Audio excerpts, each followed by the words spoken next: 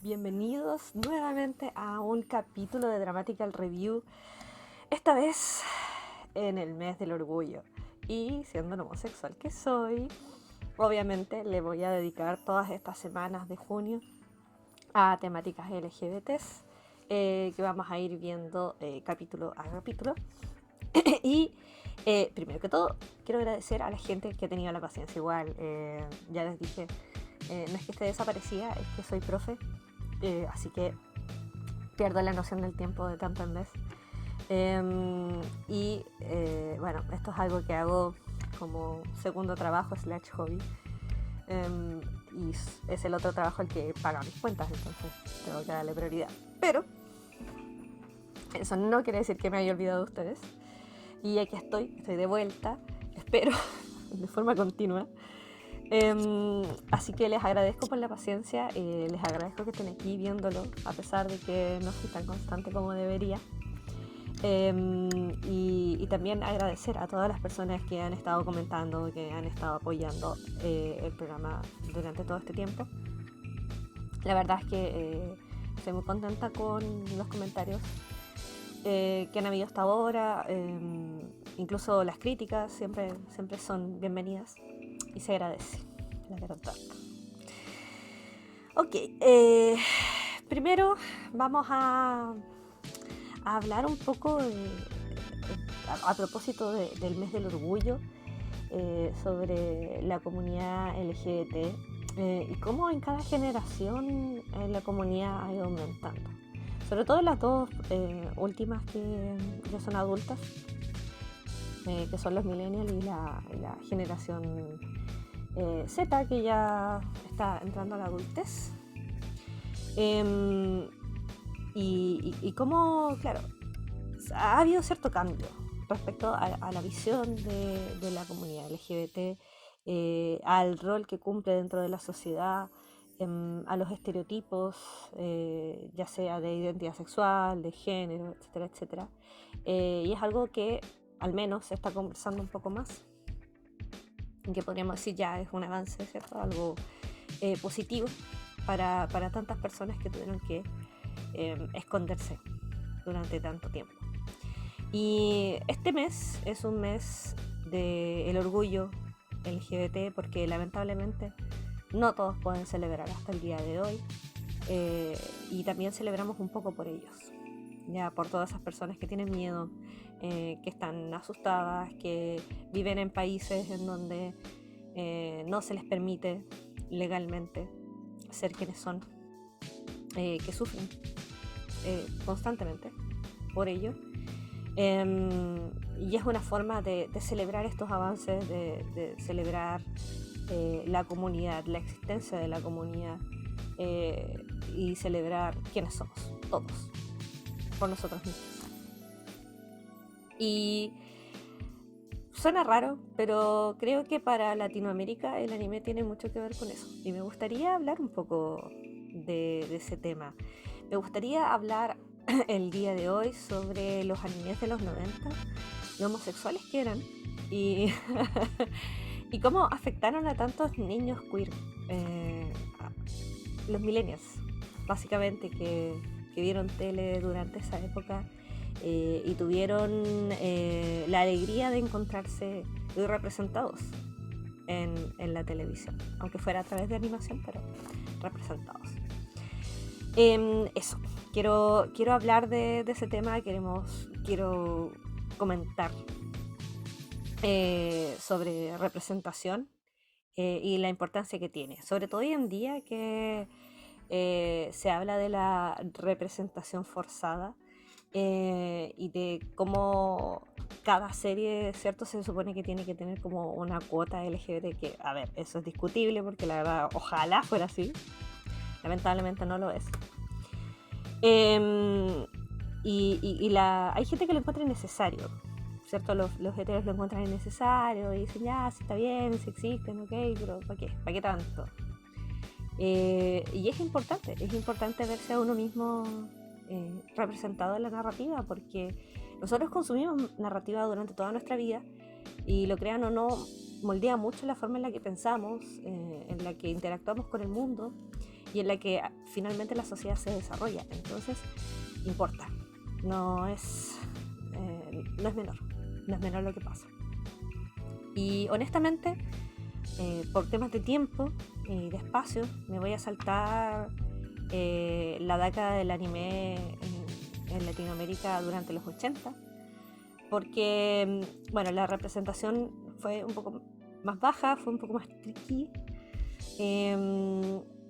y la verdad es que hay mucho material, entonces igual no me da el tiempo para alcanzar a hablar, así que por el dolor de mi alma voy a dejar de lado a Lady Oscar. De verdad que lo digo con todo el dolor de mi alma, porque amo Lady Oscar en cantidades industriales, pero creo que Lady Oscar se merece un capítulo aparte, porque de verdad hay mucho que sacar de ahí. En realidad todos los animes de los que voy a hablar hoy día se merecen un capítulo aparte, pero vamos a acotar distancias, ¿ya? Y quiero partir por un anime bastante conocido por todos nosotros, que es Ranma y medio, ¿cierto? De la Rumiko. Ranma y medio lo dieron a mediados de los 90 en Chile. Me imagino que en años similares en el resto de Latinoamérica. Perdón, quiero hacer un paréntesis. Antes que nada, quiero agregar un dato que es súper importante, y es que Latinoamérica no tenía espacio para diseño, no era una industria que estuviese muy desarrollada, no tenía el dinero, no tenía los recursos, no era realmente algo muy desarrollado en Latinoamérica durante ese tiempo, y comprar animación estadounidense era bastante más caro. Y la verdad es que la llegada del anime a Latinoamérica fue un tema netamente económico. Y bueno, ya lo había mencionado esto en capítulos anteriores, pero para que esto se pueda ver por sí solo, la verdad es que la plata mueve mucho el arte, número uno, ¿ya? Y segundo, la gente suele creer que la animación es para niños. Entonces, igual un poco de ¿cómo podría decirlo? Podría decir como irresponsabilidad, no sé si se podría decir así. También de parte de productoras y de canales que tomaron estas animaciones y dijeron, son animaciones, obviamente tiene que ser para niños, pongámoslos en la parrilla de la tarde para que los niños lo puedan ver después de que llegan al colegio. Y la verdad es que fue bueno en varios ámbitos, porque expuso a toda una generación de niños a ciertos temas que de otra forma, que fue por error, pero aún así, de otra forma, jamás hubiesen podido llegar a él. Y no solamente temas queer, hay hartos temas de los que se hablan, el trato y la identidad de las mujeres, el trato con el sistema gubernamental, las relaciones sociales, enfrentar la muerte, etcétera, etcétera. Un montón de situaciones que en animaciones de Occidente no se tocaba para nada, y que pudimos ver gracias a la irresponsabilidad de mucha gente en las televisiones. O tal vez no fue irresponsabilidad, tal vez consideraron que era hora de que los niños vieran eso, pero honestamente lo dudo, porque ya lo van a ver. Ya, entonces, quería partir entonces con Ranma, porque Ranma es una situación muy conceptual, extraña respecto a la representación queer que posee. De partida, el concepto de queer es un concepto muy actual, y además es un concepto súper anglicano. No realmente, a veces hay un tema y hay una discusión en realidad respecto a si queer debería ser usado como de forma tan genérica, porque apunta a temas súper conceptuales, pero vamos, para términos de este capítulo lo vamos a dejar así, ¿ya? Vamos a definir queer como lo no heterosexual. Y le vamos a poner, lo vamos a esconder, ¿cierto? Debajo de una alfombrita y lo vamos a dejar ahí estar, ¿cierto? Cualquier detalle, cualquier error. Por el bien de este capítulo, porque así no voy a terminar mañana. Entonces, Ranma y Medio es una serie que es un poco extraña respecto al tema.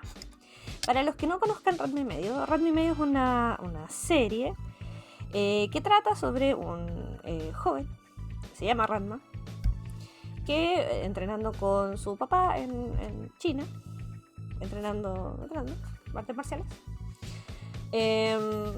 por azares del destino y un pequeño accidente, se cae en una agua termal que está embrujada, ¿ya?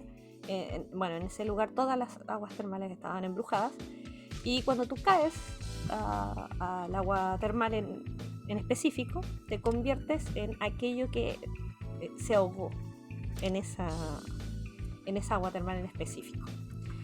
En el caso de Ranma, él se cae al estanque de una niña que se ahogó, una niña pelirroja. Y producto de eso, él se transforma en mujer, en una niña pelirroja. Por otro lado, el papá se cae a un estanque donde se murió un panda, y cuando le cae agua fría se convierte en panda. Y bueno, y eso es básicamente el shenanigans de las aguas termales. Si les echan agua fría, se convierten en whatever, y para volver a la normalidad les tienen que echar agua caliente, ¿ya? Y en toda la serie pasan shenanigans por eso, ¿ya? Porque no quieren que lo descubran, bla bla bla bla, bla. Resulta que después ellos vuelven a Japón y buscan refugio en la casa de un amigo del papá. Y Ranma descubre ahí que él todo este tiempo ha estado prometido para casarse con Akane, que es la hija más chiquitita de esa casa, de esa familia. Y son estas dos cosas juntas las que generan básicamente la trama de Ranma y Medio. Suena bastante sencillo, y lo es, porque el punto es que la serie sea divertida y que no haya que pensar demasiado en conceptos demasiado concretos, difíciles. Y es para divertirse, y eso es lo que hace.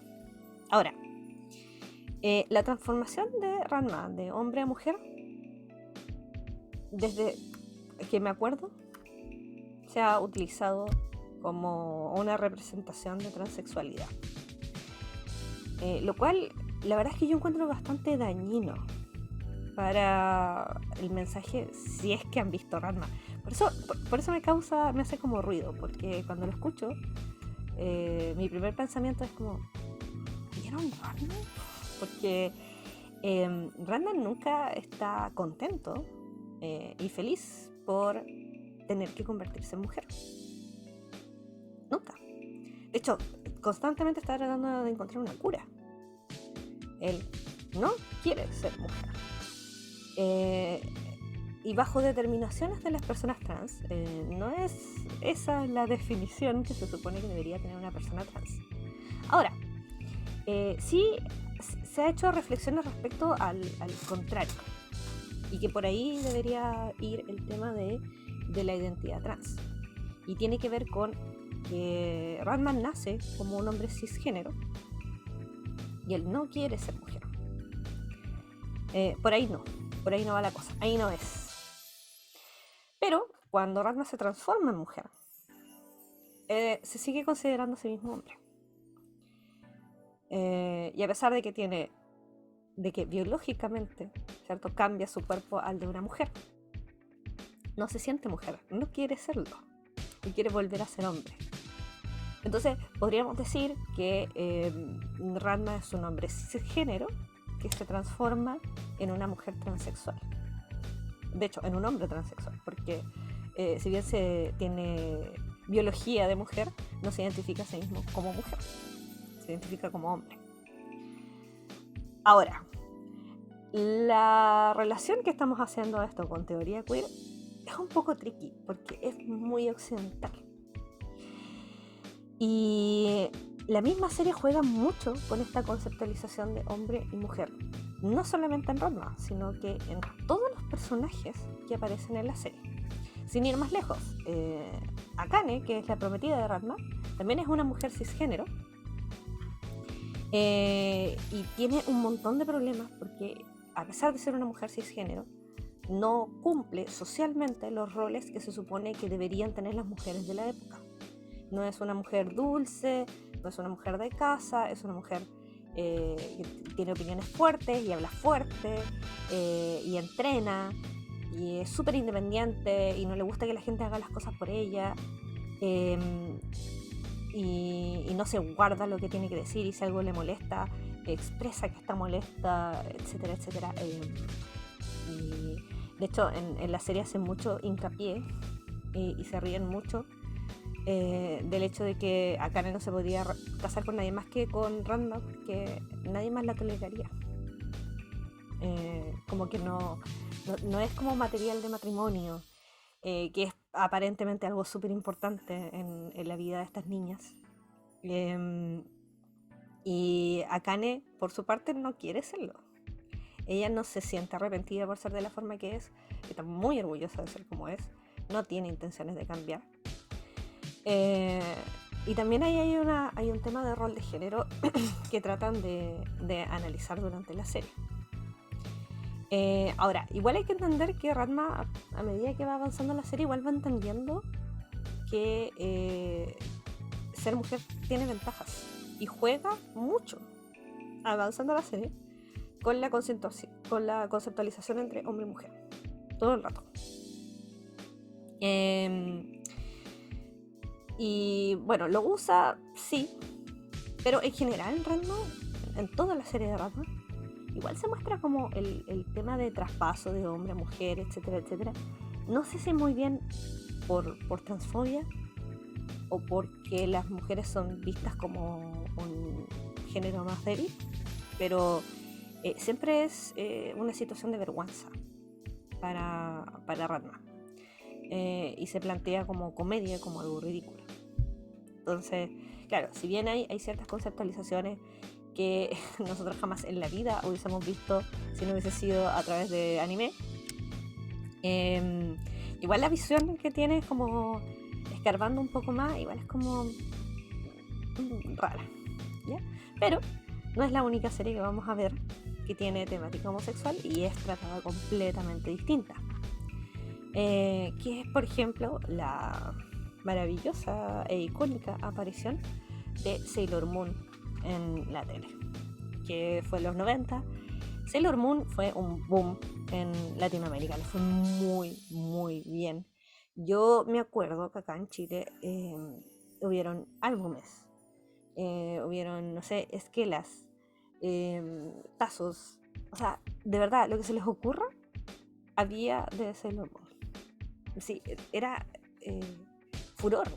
Yo tenía, no sé, estaría en kinder, y me acuerdo de que en el recreo jugábamos a ser Sailor Moon. Y cada persona era una Sailor Moon distinta.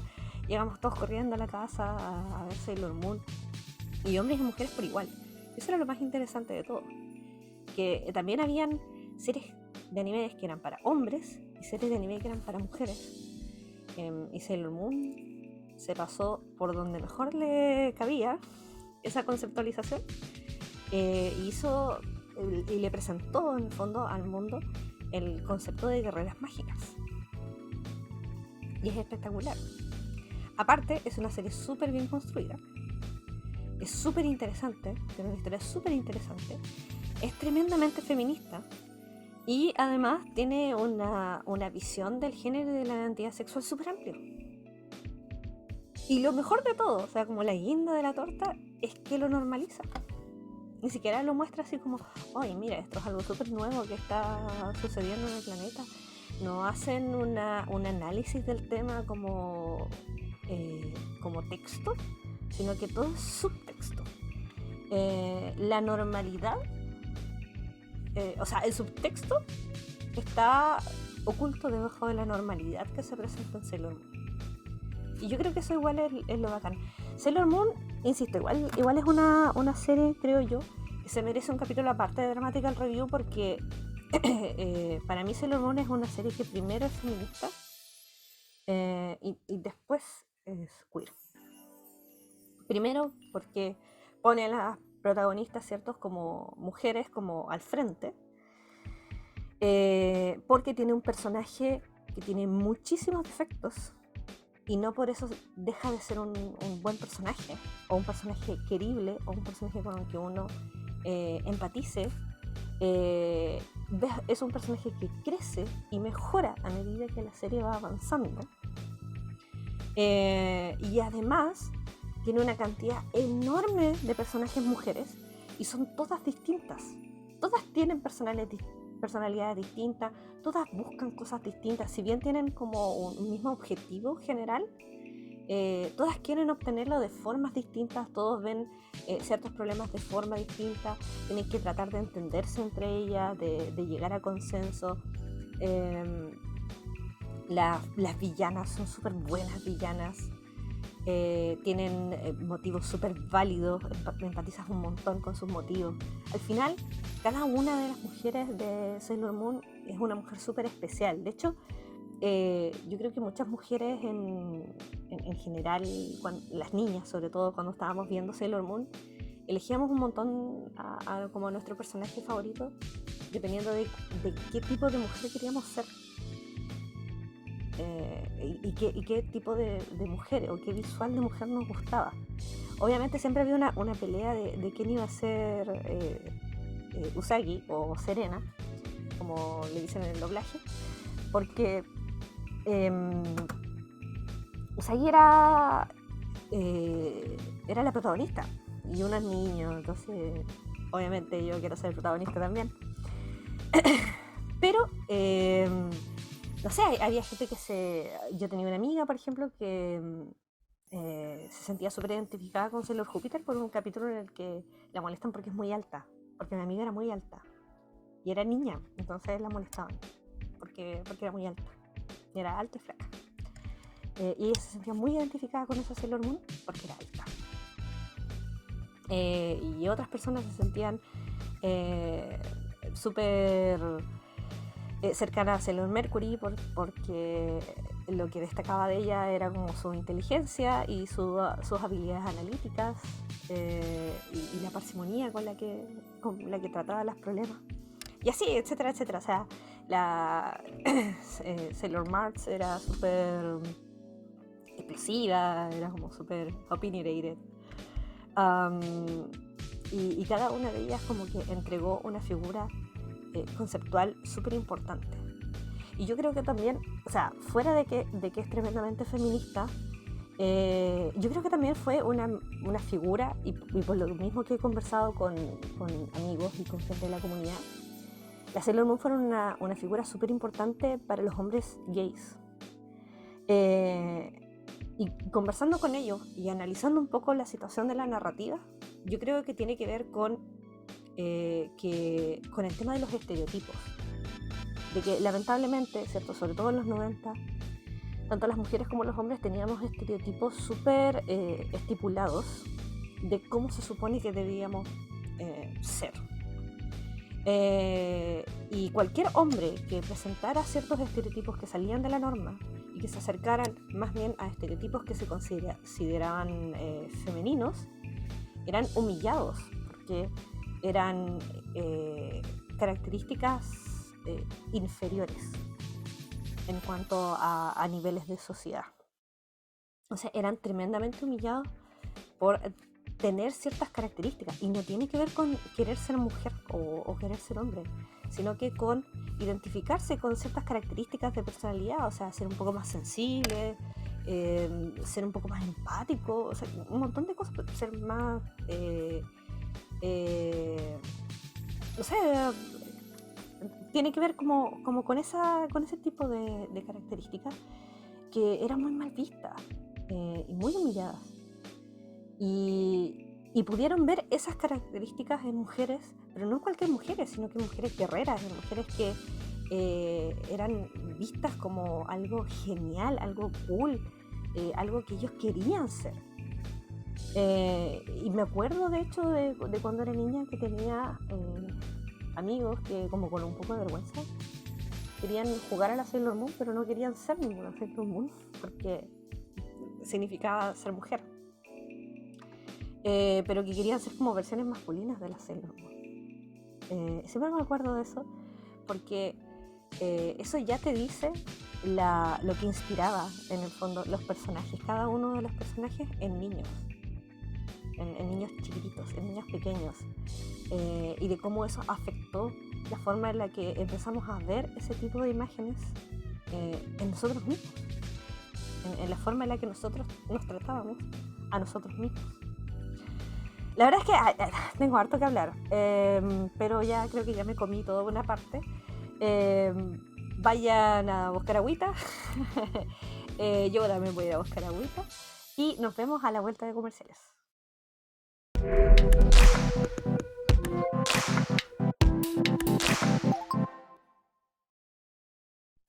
Hace mucho, mucho tiempo, en un planeta muy, muy lejano, había un hombre impregnado de la leyenda y destrucción.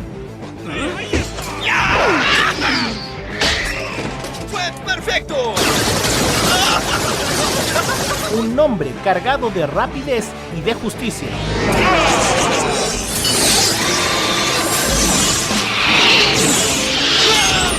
Pero sobre todo, era un hombre unido a una recompensa multimillonaria. ¿Valieron la pena las donas y los $10 dólares?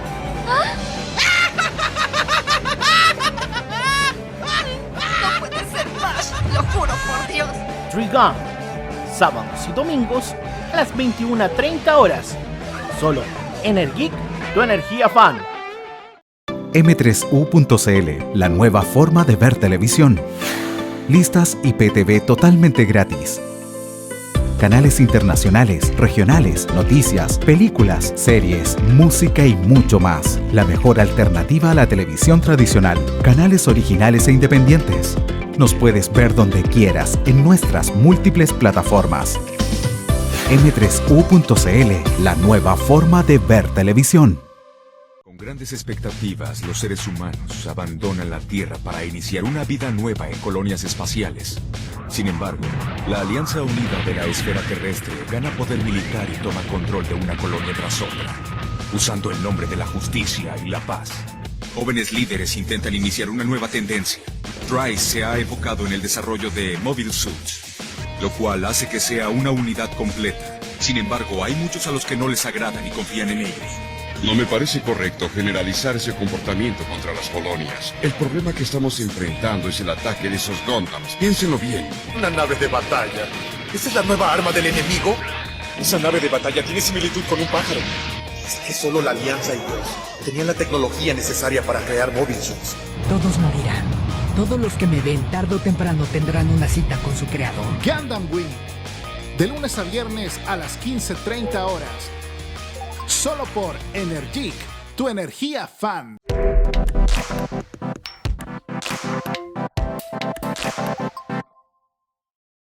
Estamos de vuelta, espero que hayan podido ir a buscar agüita. Yo también fui a buscar agüita. Porque aún nos queda cosas por cubrir. Estaba hablando de Sailor Moon, ¿cierto? Y de la relevancia que tuvo en general en la cultura LGBT. ¿Ya? Pero, o sea, me dediqué solamente a Sailor Moon en general, porque Sailor Moon la verdad es que tiene hartos personajes para analizar respecto a su sexualidad. Y sí, sé que están esperando que hable de esos dos personajes, pero la verdad es que Sailor Moon empieza a ser homosexual desde bastante antes. No sé si se acuerdan, ya no es unos villanos muy recordados a lo largo de Sailor Moon, pero se acuerdan de Suisato y Koisato.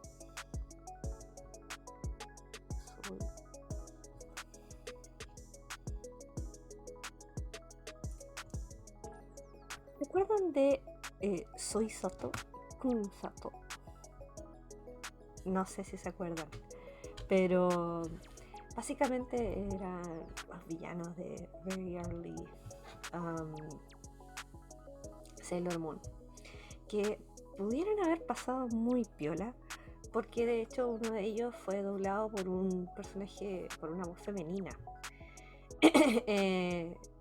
y como pasó como un poco piola, pero si bien es doblado por una voz femenina, y creo que a ratos es tratado con pronombres femeninos, no lo es. En la serie original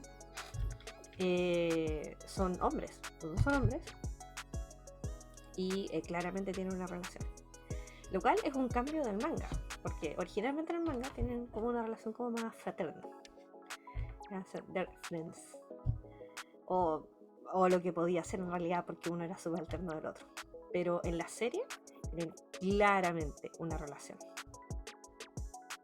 Ahora, es una relación muy yaoi, de hecho es súper yaoi de la época, porque tienen como los roles súper marcados. Hay un sujeto que es claramente como más femenino que el otro, el sujeto que es más masculino, entre comillas, tiene una relación asimétrica de poder frente al otro, ¿ya? Porque el otro es su subalterno, y obviamente se da como este tinte de, bueno, la diferencia de edad, la diferencia de poder, el manejo, etcétera, etcétera. Pero no deja de ser una relación. De hecho, cuando con Saito se muere, su novio, básicamente, cumple su último deseo, porque él quería morir de una forma hermosa y lo llena de rosas. Fue súper bonito, una escena súper linda. Y tiene una relación así como súper... Pero son pareja, claramente. Se tratan como pareja todo el tiempo. Y pasó súper piola en el doblaje, pero son hombres los dos, así que podríamos decir que son gays. Y después está el tema de Ojo de Pez. No sé si se acuerdan de Ojo de Pez, que también otro llano del que no mucha gente se acuerda, y que si yo les hablo de Ojo de Pez, si se acuerdan, probablemente van a decir no, Ojo de Pez es mujer. No lo es. Ojo de Pez se supone que es hombre, y tiene de hecho otros dos compañeros, son guerreros del Amazonas, bla bla bla bla bla. Y no me acuerdo si en el doblaje o en la serie original, o en ambas, pero es tratado con pronombres masculinos, pero se viste de mujer todo el tiempo, todo el tiempo, y muestra interés romántico, atracción romántica por personajes masculinos. Así que podríamos decir que es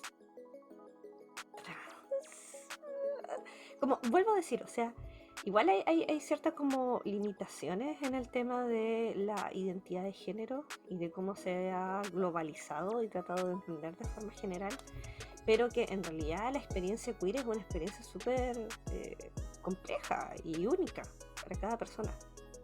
Y eso es algo que a mí me gusta mucho del anime, sobre todo el anime de los 90, que la viven nomás, como que te muestran como la complejidad de cada uno de estos personajes sin decirte, entonces queda a tu propia interpretación. Eso es bueno y malo a la vez, pero me gusta que haya representación, y que no hayan hecho una representación estereotipada también, que eso también es súper importante. Y las hay, o sea, igual las hay. O sea, acabo de hablar de el sujeto feminizado, ¿cierto? Pero hay más. Está esa, pero también está una versión más más conceptualizada, una versión más estereotipada, otra versión más masculinizada, y así como que no es que haya una que esté bien y otra que esté mal. Existen, hay muchas, y tú puedes empatizar y sentirte más identificado con el que te plazca. Y yo creo que el valor en toda esta serie está en eso, básicamente. Y obviamente no puedo hablar de Sailor Moon sin hablar de Haruka y Michiro, que vinieron así pegando cachetadas cachetadas queer así a todo el mundo. Cierto que en el doblaje inglés son primas. Un error, la verdad, la usan más raro todo. Pero Haruka y Michiru son pareja, o sea, son pareja, te las muestran como pareja todo el tiempo. Siempre me acuerdo de la escena del vestido. Yo era chica cuando vi esa escena y estaba así como... No lo puedo creer. Siempre me acuerdo de eso. Había una cierta confusión respecto a si Haruka era mujer o hombre. Como que Serena Usagi no lo sabe todavía, como que, y le atrae, pero como que le confunde que le atrae porque no está segura. Y hay una escena en donde Usagi le pregunta a Haruka si es mujer o si es hombre. Y Haruka la mira y le dice, ¿importa? Y yo, ¿sabes qué? Recuerdo esa escena sentada en mi living como si fuera ayer. Y fue como... Me acuerdo que Haruka dijo eso y yo, televidente, dije, no importa. No es relevante. No era relevante. Nunca fue relevante si Haruka era o no era mujer. No era. Pero se presentaba a sí misma de forma súper masculina. Loco, todas las minas de la serie andaban detrás de ella. Era impresionante. Y también, aparte que tenía como todas estas características de un galán, pero sin ninguno de los peligros que generalmente ese tipo de personajes representa para las mujeres en general. Ahora, eso no es algo que me di cuenta cuando tenía 6 años, sino que me di cuenta ahora que soy adulta. Y lo encuentro tan heavy, porque es verdad, hay muchas mujeres lesbianas o bisexuales, que su estereotipo de mujeres son mujeres que se presentan a sí mismas de forma súper masculina, porque en el fondo tienen todas estas características que buscan de un galán hombre, pero sin los peligros que implica un galán hombre, como por ejemplo ser asesinada y ese tipo de cosas. Y lo encuentro súper cuático porque de verdad no sé, no creo que sea conciencia, creo que igual es como un poco inconsciente, pero no deja de ser cierto, o sea, no deja de estar ahí y de ser un tema súper importante de analizar y de tratar. Entonces Haruka es cuático su caso. Ella es lesbiana y es o sea, no le pide excusas ni perdón a nadie. Ella vive su vida y hace lo que se le dé la regala la gana. Le importa una raja los pronombres por los que los trate. No, ella es Noah. Ella vive su vida muy lujosamente, además. Yo, la verdad es que me acuerdo de Haruka y dijo... Y a Serena le gusta. A Serena le gusta mucho Haruka. Y en el fandom, Usagi / Serena es considerada bisexual. No es la única mujer de la que se enamora, de hecho, a lo largo de la serie. Sí le atrae. Por su lado, Michiro es bisexual también, porque está en una relación aparentemente abierta con Haruka, porque la verdad es que las dos como que coquetean libremente con otros personajes, tratan como de conquistar a otros personajes románticamente, sin que realmente la otra se enoje. De hecho, como que se molestan de repente por ese tipo de cosas. Hay como una especie de confianza, también hay como un cierto grado de competitividad, pero todo muy en el sentido de lo permitido desde ellas dos. O sea, aquí claramente hay un acuerdo de pareja, como que las cosas están conversadas. Esa sensación te da de que hay estabilidad en su relación. Y Michiro coquetea caleta con hombres. Como que, de hecho, no coquetea mucho con mujeres, que me acuerdo. Coquetea más como con hombres. Entonces, sí, podría decirse que Michiro es bisexual. Bueno, y las Sailors Starlights que aparecen en la 5ª temporada. Que, man. Aquí un dato curioso, ¿eh? En el manga, las Sailor Starlights no son hombres cuando no están de Sailors.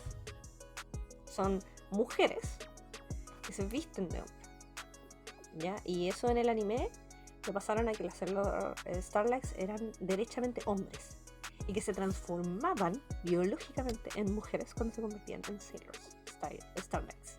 Las tres. Esa la mangaka le molestó caleta en su momento, porque una de las premisas importantes de la serie era que los hombres no eran Sailors, no podían serlo, porque igual había como toda una celebración respecto al concepto de féminas. Ya no sé si será necesariamente feminismo, pero al menos al concepto de mujer, y al enfrentarse al concepto de mujer. Ahora, si bien la autora se enfureció en su momento, igual encuentro que el mensaje que entrega es súper poderoso. De hecho, es súper inclusivo, ¿cierto? Considerar que hombres que eventualmente se transforman en mujeres para convertirse en sailors, una buena representación de lo que significa ser una mujer transexual. Y que la mujer transexual tenga tanto derecho como cualquier otra mujer, porque son mujeres, a ser una sailor. Y eso creo que es un mensaje bastante poderoso. Se supone que tienen igual como una maldición, después pueden volver a ser mujeres, etcétera, etcétera. Pero el mensaje no deja de estar ahí. Y yo recuerdo particularmente, quiero poner un poco de contexto. O sea, mi papá trabajó en la Armada. Mi familia es tremendamente católica. Y no les puedo explicar lo conservadora que era la forma de pensar en mi casa. Y honestamente, sí, honest to God, cuando estaba mirando la 5ª temporada y a verse las Sailor Stargirls, y cierto, y está el tío que es un sujeto y después una niña, de verdad no lo entendí. Como que no, mi cerebro conservador de 7 años, no sé, whatever, no podía como juntar estos dos personajes y entender que eran la misma persona. Y estaba así como, ¿y el tipo dónde se fue? de verdad no lo podía entender. Y después cuando lo entendí, creo que me lo explicaron, no sé, de verdad no me acuerdo cómo fue que lo entendí. Fue como, pero ¿eso es posible? Y recuerdo que me fue como un shock tan grande como para mi cerebro en ese momento, que sencillamente mi cerebro dijo, vamos a tomar esta información, la vamos a guardar en una cajita y la vamos a tirar en la parte de atrás de tu cerebro y te vas a aprender que esto nunca pasó. Fue después cuando estaba más grande y reví, porque obviamente reví Sailor Moon, he visto Sailor Moon muchas veces.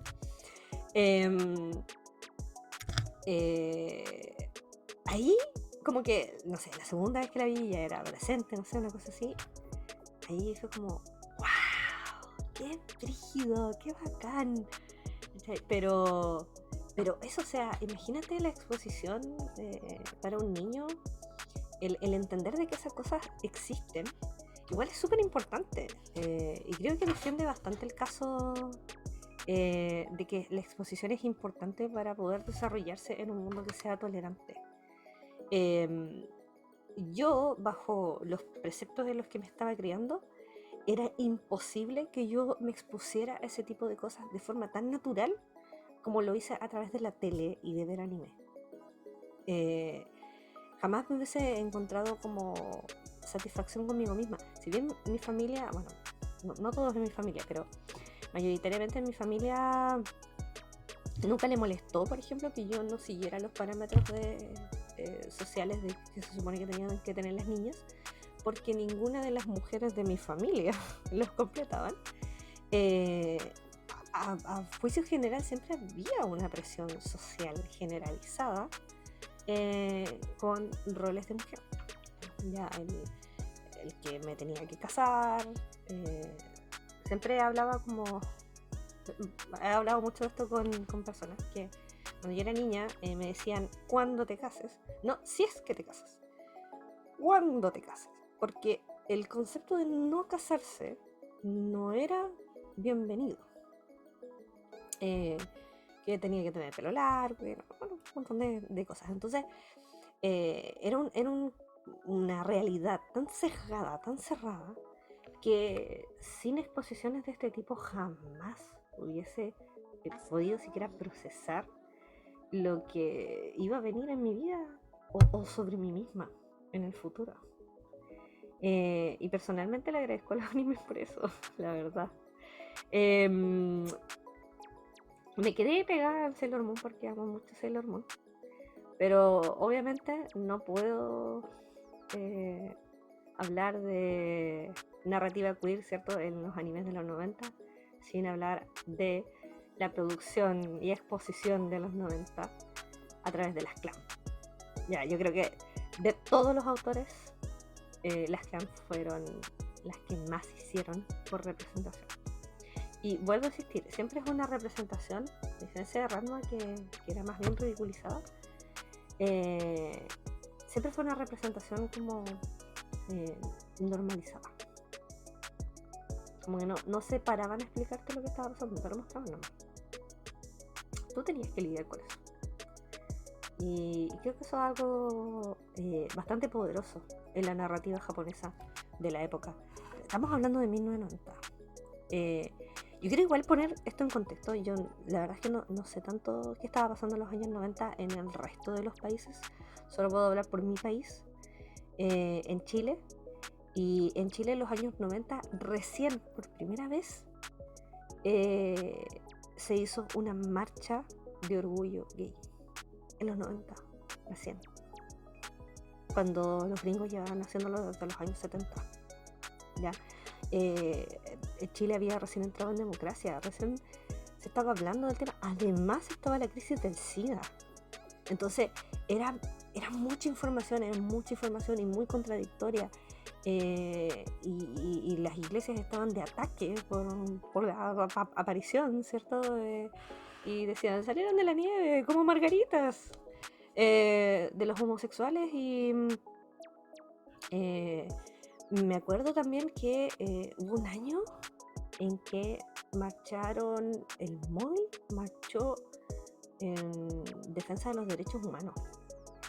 Y lo particular de eso fue que el móvil, que es la organización queer en Chile, marchó creo que como 2 cuadras después de que terminaba la marcha oficial, porque los de los derechos humanos los dejaron marchar.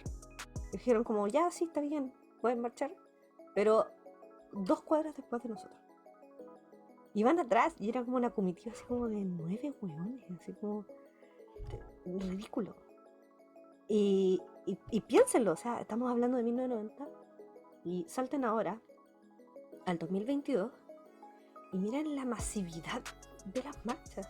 Y eso se logra con exposición, con conversación, con la posibilidad de ver realidades que van más allá de ti misma. Ahora, perdón, me fui en la bola. Pero, volviendo a las clan, quisiera acotar con... La verdad es que hay mucho para sacar de las clan, pero voy a acotar con Sakura Card Captor, que fue la serie que llegó a Latinoamérica, que la mayoría de las personas vio, que estaba más orientada a niños. Y lo estaba, la verdad es que Sakura Card Captor es una serie para niños. Es una serie para niños de 12 años y por ahí. Tiene una trama muy sencilla, ¿cierto? Sakura se encuentra un libro y hay un ser celestial conservando el poder de ese libro y bla bla bla, el destino y la cuestión, y ella se tiene que convertir en, de nuevo, una chica mágica que vaya atrapando las cartas que se escaparon, ¿ya? Y cada capítulo se trata de una carta distinta de las que tiene que atrapar. También hay dos personajes que me imagino que son los que se vienen a la mente, en el fondo, cuando uno habla de Sakura Card Captor. Pero me gustaría empezar por Tomoyo, porque Tomoyo es el primer personaje queer que aparece en la historia. Bueno, Sakura también, todos son queer. acabo de caer en... pero Tomoyo es el primer personaje queer. ¿Y Tomoyo cuánto tiene? ¿12 más o menos?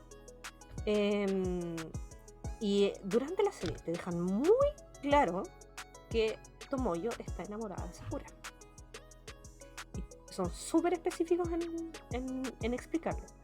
Te dicen que el corazón de Tomoyo le pertenece a Sakura, que ella está enamorada de una persona que no la corresponde y que ella sabe que no la corresponde, pero está feliz con el hecho de que esta persona es feliz. Y que ella sabe que nunca le va a corresponder, no tiene intención de confesarse por lo mismo, porque no le ve el caso, y en el fondo la ama incondicionalmente. La ama sin esperar a ser amada de vuelta de la misma forma, porque Sakura la adora, pero no es de la misma forma. Eventualmente, de hecho, después te hablan como de las mamás de las dos, y como que te dan a entender de que las mamás también tenían como esa relación media como romántica, no romántica, y que la mamá de Sakura se terminó casando con el papá de Sakura cuando era niña. Entonces me gusta el personaje de Tomoyo, porque el personaje de Tomoyo es un personaje tremendamente asumido. O sea, en ningún momento hay un ápice de duda respecto a lo que Tomoyo siente por Sakura. Ella no duda sobre lo que siente, ella acepta que lo siente, y además es tomado como con madurez y parsimonía para una niña de 12 años. Y es un muy buen y bonito ejemplo de cómo las atracciones deberían funcionar y cómo el amor, ¿cierto?, no debería ser posesivo, al contrario. Me gusta Tomoyo porque yo creo que Tomoyo marcó un tipo de personaje lésbico súper importante. En algún momento dentro de esta semana también voy a hablar de las historias de Girls Love, ¿ya? Y el Yuri. Y Tomoyo para mí es un pilar en las historias Yuri por venir. Sin ir más lejos, en Madoka, para los que han visto Madoka, no voy a decir entonces, si no lo han visto no voy a decir quién es, pero en Madoka hay un personaje Tomoyo, y estoy segura que ese personaje está basado en Tomoyo. Es una de hecho, para mí ese personaje en concreto es una carta de amor al concepto de Tomoyo. Me encanta, el personaje de Tomoyo es un personaje muy, muy interesante. Después quiero pasar al tema de Shaoran. Shaoran aparece como en el capítulo 8 y eventualmente se convierte en el interés romántico de Sakura. Pero antes de eso, Shaoran y Sakura tienen una relación más bien conflictiva, ¿ya? Competitiva. Porque por un lado Shaoran también está capturando cartas, pero por otro lado, y más importante, Sakura le gusta el hermano de su... O sea, perdón, el amigo de su hermano, que es Yukito. Y Shaoran también se enamora de Yukito. Y hay una especie de rivalidad al respecto. De hecho, creo, no me acuerdo bien, no, Sakura no la he visto tantas veces, pero creo que en algún momento a Shaoran le preguntan directamente. Y él como que se pone rojito y como que medio lo acepta y medio que no. Pero no, o sea, como que es como que lo evita un poco, pero es porque le da vergüenza admitir que a alguien le gusta, porque tiene 12 años. Pero no necesariamente porque es un hombre. Y igual esa es la parte espectacular de Sakura. Sakura tampoco lo pone en duda. Es como, ay, pero ¿cómo te va a gustar uno? No. Ahí se crea la rivalidad, etcétera, etcétera. Y entramos al tema de Yukito, que Yukito es como el interés romántico de todo el mundo al principio de la serie. Y él no parece mayormente interesado en eso. Aparte que es bastante más grande que Sakura y Shaoran. Y no parece interesado en el tema, para ser honesta. Aparte que pasa todo el tiempo con Toya, que es el hermano mayor de Sakura. Y Toya es un tipo que le gusta presentarse a sí mismo de forma desagradable, a pesar de que él no lo es. Le gusta como molestar a la gente y como que tratarla media mal, y hacerla enojar y como que te mantengan esa distancia de él. Pero él es particularmente suave con Yukito. Nunca lo trata mal, nunca. Los juegos que hace con Shaoran y los juegos que hace con Sakura nunca son así con Yukito. Tiene una relación súper buena, tiene una relación súper sólida. Lo interesante de Toya y de Yukito es que, si bien no te lo ocultan, la forma en la que te cuentan la narrativa de ellos dos juntos es súper interesante, porque te tiran conceptos, te tiran como pistas. Porque hacen un comentario y pasa, después otro personaje hace otro comentario y pasa, después ves algo pasar como de fondo. Ya, ok. Y lo interesante de eso es que pasa a esa velocidad, porque es a esa velocidad que Sakura se da cuenta, porque son niñas. Entonces, ella de a poco, a medida que se va entendiendo cómo funcionan sus sentimientos, cómo funciona ella misma, etcétera, etcétera, ella también va entendiendo las relaciones que otras personas tienen a su alrededor, considerando entonces la relación que su hermano tiene con Yukito. Y hay un punto súper clave en el que Sakura le dice a Yukito que está enamorada de él. Y él le dice que piense como en lo que siente por él y que después piense en lo que ella siente por el papá. Y ella se da cuenta que en realidad lo que ella siente es como una conexión más paternal que interés romántico. Y le dice además, yo ya tengo a alguien que me gusta, Yukito. Y Sakura le dice que ella se alegra mucho de que esa persona sea su hermano. Entonces, ya de ahí en adelante, o sea, apretan el acelerador de la homosexualidad y le van con todos. Y Toya caleta de veces le trata de decir a Yukito que está enamorado de él y no puede. Como que hay toda una serie de capítulos que se tratan sobre eso. Aún puedo ver a través de mis propios ojos así como la escena del árbol. Y la primera vez que la vi estaba en la básica y estaba así como, oh my god, they're gay. Y lo sé que para la gente hetero esto le puede parecer tan poco relevante, pero de verdad no puedo poner en palabras lo brígido que es como un niño queer ver ese tipo de cosas en la tele. Ya, eso era tan poco probable, casi imposible. Y pasó tan piola y lo daban a las 4 de la tarde en la tele.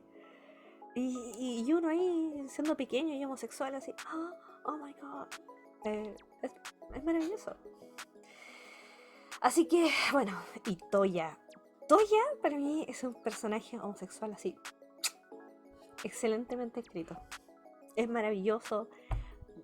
Lo bacán de todo es que, bueno, lo que pasa con Shaoran al final y su gusto por Yukito es porque al final Yukito es Yue, que es como un espíritu de luna, y Yukito le explica que la atracción que Shaoran sentía hacia él era como una atracción de magia y no una atracción romántica. Y Sakura por su parte se siente atraída por su profesora en el colegio, y sí, profesora. Y también era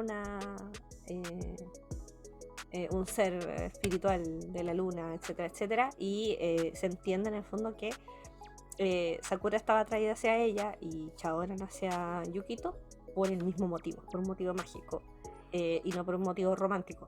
Pero aún así, aunque no sea así, lo interesante de la narrativa es que nunca te lo presentan como algo como wow, y miren esto, o que no, que esto está mal, que esto es prohibido, que es raro.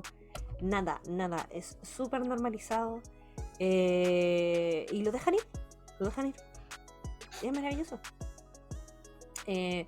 Bueno, Toya igual se sacrifica por Yukito para salvarlo, que lo ama, etcétera, etcétera. Es súper triste. Pero bueno, son las Clamp. O sea, si ustedes creen que eso es triste, no lean nada más de las Clamp porque se van a desilusionar. Créanme. Yo, sé que todavía tengo amigas que leen mucho Clamp y yo paso. Yo ya de verdad, sí ya no... ¿Para qué? ¿Para qué voy a seguir sufriendo? No vale la pena. Bueno, la verdad es que hay varias cosas. Me estoy dejando, por ejemplo, fuera Utena. Que es que, por favor, o sea, niveles de lesbianismo así, off the charts. Porque, Utena... bueno, ya había dicho que me dejo fuera Lady Oscar porque Lady Oscar es demasiado maravilloso para ser pinceleado en un capítulo de porquería. En el fondo quiero cerrar con esta impresión, con la impresión de esta persona millennial que pasó por este proceso y que pudo hacerlo gracias a la exposición cultural de otras formas de ver la sexualidad. Yo pude entender mi propia sexualidad mejor a través de otra cultura. Y lo agradezco, la verdad, en forma personal. Hasta el día de hoy, por ejemplo, cuando la gente me pregunta en concreto qué soy, todavía no puedo responder. Y ya soy grande ya. Ya. no se cosen con la primera agua, pero si bien no tengo como una autodefinición, no me siento mal con eso. Y yo creo que el efecto es precisamente el que tuve a través del anime. Que en el fondo estaba tan normalizado y los personajes pensaban tan poco respecto al tema, sino que sencillamente lo sentían y lo actuaban, que nunca me he sentido culpable por vivir mi propia identidad sexual de la misma forma. Y así como yo, hay harta gente que personalmente conozco y otras con las que hablo, que son de aquí, que son de afuera, pero en general latinoamericanos que tienen una percepción súper similar. Y siempre que conversamos llegamos a la misma conclusión. Y es porque todos vimos los mismos animes. Y eso influye, o sea, igual la ficción influye en la realidad, eso es así, ¿ya? Si bien tú puedes ser un ser humano crítico, ¿cierto? Y tratar de separarte del medio físico, no es menos cierto también que la ficción y la narrativa es una herramienta súper poderosa para empatizar. Y que puede hablar de sentimientos tuyos sin que tú ni siquiera estés segura de que son parte de ti. Y te lo vas a hacer sentir igual. Después te va a corresponder a ti analizarlo, pero la reacción emocional no es menos intensa cuando tú estás viendo ficción a cuando estás viviendo la realidad, y eso es un hecho. Tu cerebro ocupa literalmente las mismas áreas del cerebro para sentir emociones cuando estás viviendo cosas en la vida real que cuando estás viviendo en una serie. Eso es un hecho probado. Así que por lo tanto, por eso es importante tener este tipo de experiencias.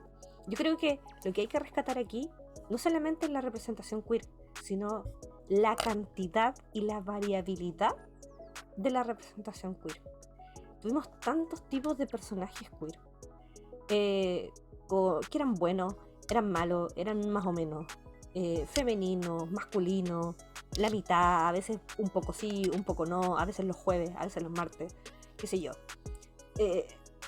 Se pudo explorar, o sea, incluso en series como Los Caballeros del Zodiaco, que está completamente llena de mayoritariamente hombres, tenía personajes como Shun, por ejemplo, o como Afrodita de Piscis, que eran personajes tremendamente feminizados y no por eso eran menos poderosos. La clásica escena, ¿cierto?, de Shun abrazando a Yoga y dándole calor para poder mantenerlo vivo, y Cosmos y todo eso presentado no de una forma, o sea, no como siquita idiota ni nada por el estilo. Era un momento súper serio, era un momento súper importante y un momento que uno se tenía que tomar como algo serio. la importante, bueno, en los Caballeros Zodíacos, la importancia de la emocionalidad de los personajes, que no tuvieran miedo de llorar, de abrazarse, de decirse que se querían. Hombres, sobre todo hombres de 14 años, que como que es una edad de masculinidad tan frágil. Y sin embargo, se podían reflejar todo ese tipo de situaciones. Y bueno, las cosas han cambiado de aquí a allá, para bien en algunos aspectos, para mal en otros.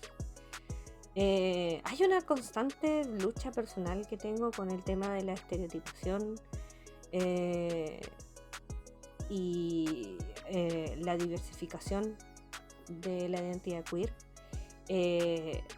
Personalmente no creo para nada en la identidad, o sea, la representación forzada, porque, o sea, estamos hablando que ya en la generación Z, el 20% de la generación Z se considera a sí mismo no heterosexual. Entonces que haya al menos un personaje en toda la serie me parece poco, me parece comedido, para ser sincera.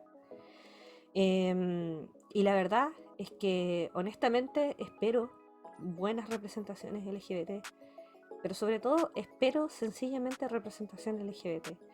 Espero que haya suficiente, porque también espero que haya otro niño, tal vez en este país, tal vez en otro, que también esté en kinder o que esté en la básica, y que pueda ver a las 4 de la tarde una serie en donde se sienta identificado y donde se sienta visto, como me pasó a mí. Así que eso.